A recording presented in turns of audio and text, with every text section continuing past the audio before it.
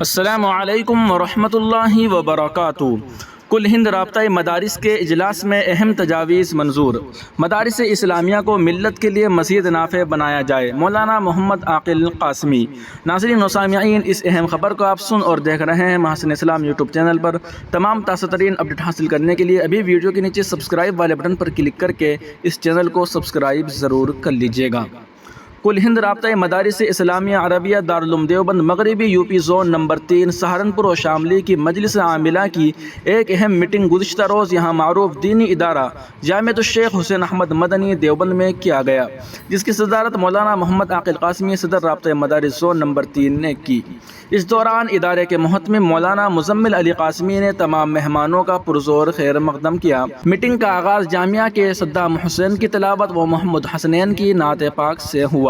Meeting میں نظام تعلیم، اجتماعی امتحانات، آئندہ کے لیے ایک مضبوط لائحہ عمل اور درپیش مسائل پر غور و فکر کر کے ان کے حل کے لیے ضروری اقدامات کیے جانے پر تجاویز منظور کی گئی۔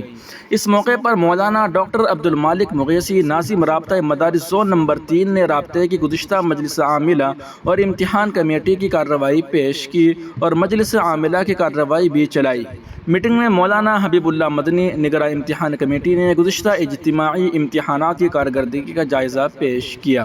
اس موقع پر مولانا عاقل قاسمی نے اپنی صدارتی خطاب میں کہا کہ مدارس اسلامیہ ملت اسلامیہ کی تعمیر و حفاظت کے اہم ادارے ہیں جو اسلامی علوم و فنون کی تعلیم و اشاعت اور دینی تربیت کے لیے کوشاں ہیں۔ انہوں نے سال گزشتہ کی زون کی کارکردگی کے حوالے سے کہا کہ تمام اراکین نے بہت محنت سے کام کیا ہے، اسی سبب ہماری کارکردگی پہلے کے مقابلے میں بہتر ہوئی ہے۔ اب ہمیں اسے آگے بڑھانا ہے، جو خامیاں ہوئی ان پر غور و خوض کرنا ہے اور آئندہ ہمیں اور اچھے نتائج حاصل ہو اس کے لیے اپنی کوششیں تیز کرنی ہیں۔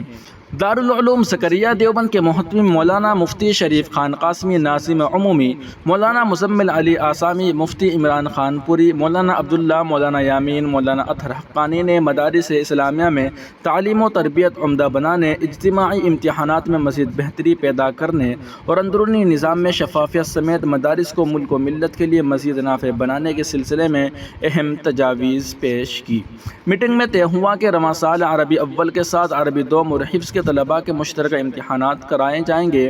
میٹنگ میں زون کی مجلس عمومی کے اجلاس کے انعقاد کے حوالے سے بھی آراء طلب کی گئی اور آئندہ محرم الحرام میں اجلاس مجلس عمومی کے منعقد کیے جانے کی بابت فیصلہ قرار پایا۔